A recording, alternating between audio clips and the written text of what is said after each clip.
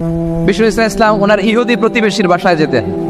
এক ইহুদি কিশোর বিষ্ণু ইসলামের খেদমত করতে, ইহুদি ছেলে আমার নবীর খেদমত করতো, তারা ছিল নবীর প্রতিবেশী। তো অনেকদিন হয় ইহুদি ছেলেটা আসে না। বিষ্ণুনবী খোঁজ দিলেন, ঘটনা কি? একটা ইহুদি ছেলে না আমার খেদমতে আসতো, ছেলেটা কই? খোঁজ নিয়ে জানলেন ছেলেটা অসুস্থ। বিষ্ণু ইসলাম ওই ইহুদির বাড়িতে চলে গেলেন ওই ছেলেটাকে দেখা করার জন্য, ভিজিট করার জন্য। সুবহানাল্লাহ পড়বেন না?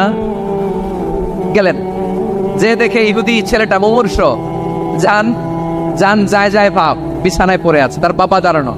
বিশ্বনবী তার মাথার পাশে বসলেন, মাথায় হাত বুলিয়ে দিলেন, আর ছেলেটাকে বললেন, আসলিম, ইহুদি ছেলে, আসলিম, ইসলাম ধর্ম গ্রহণ করো।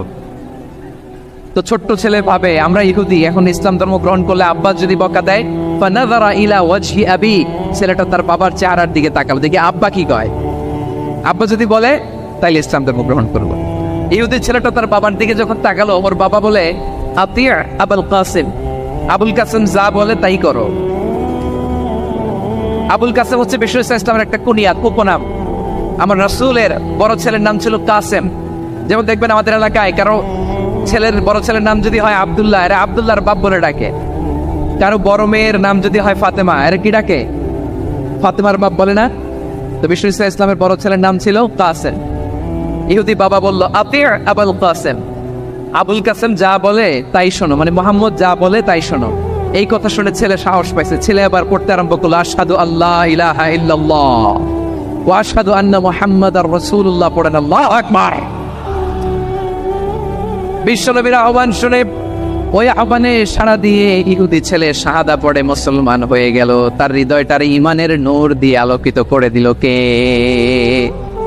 প্রিয় ভাইরা, এবার রাসূল সাল্লাল্লাহু আলাইহি ওয়াসাল্লাম বের হয়ে আসলেন ঘর থেকে, আর বললেন, আলহামদুলিল্লাহিল্লাযী আনকাযাহু মিনান নার, প্রশংসা সে আল্লাহর, যে আল্লাহ জাহান্নামে চলে যাচ্ছিল প্রায় এমন একটা লোককে মুহূর্তের মধ্যে কালেমায়ে শাহাদাতের বদৌলতে জান্নাতি বানায় দিলেন। আওয়াজ করে পড়েন সুবহানাল্লাহ।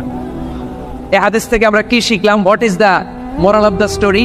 এক নম্বর স্টোরি হলো, প্রতিবেশী ইহুদি হোক হিন্দু হোক, যাবেন, সুসম্পর্ক রাখবেন, উপহার দিবেন, বিপদে পাশে দাঁড়াবেন, তাইলেই তো আপনাদের প্রতি, মুসলমানদের প্রতি তারা আকৃষ্ট হবে, ঠিক কিনা বলেন? আপনি যদি হিন্দুদের সাথে বৌদ্ধদের সাথে নাই মিশেন, নাস্তিকের কাছে নাই যান, তো ইসলামের সৌন্দর্যটা ওরা বুঝবে কেমনে?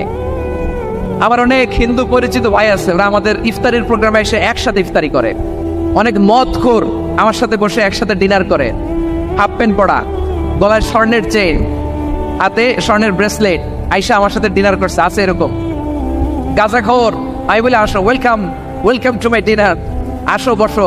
বসলেই তো আমি ওর চিন্তার ডিএনএ চেঞ্জ করে দেওয়ার সুযোগ পাবো। চিল্লায় বলো ঠিক কি না? আসতে হবে আমার কাছে। Hour door is open, the door of Islam is open 24/7। সবসময় আমাদের ইসলামের দরজা আমার অমুসলিম ভাইদের জন্য খোলা আছে, না নেই? এই হাদিস থেকে দুইটা শিক্ষা। এক নম্বর শিক্ষা, প্রতিবেশী মুসলিম হোক অমুসলিম হোক, যান, অসুস্থ হলে একটু আপেল নিয়ে যান, আঙ্গুর নিয়ে যান, কমলা নিয়ে যান, তাদের